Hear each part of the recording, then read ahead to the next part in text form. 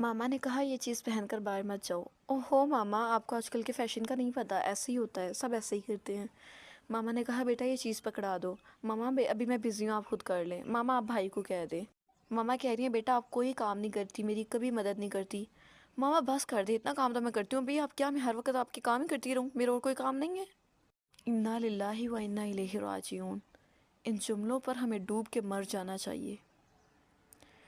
اللہ تعالیٰ نے قرآن میں کیا ارشاد فرمایا ہے؟ فَلَا تَقُل لَهُمَا اُفٍّ وَلَا تَنْهَرْهُمَا، تم ان سے اف تک نہ کہو، اف تک نہ کہو۔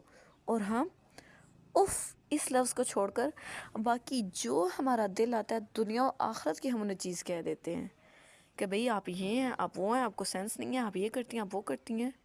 Please be in your limits. والدین ہیں وہ آپ کے، کس طرح سے بات کر رہے ہیں آپ ان سے؟ ہمیں لگتا ہے کہ اف پہ نا جسٹ یہ ورڈ آتا ہے اف، تو باقی ہم کچھ بھی کہہ سکتے ہیں۔ اپنے ماں باپ کے سامنے آئیز بھی نہیں رول کر سکتے آپ۔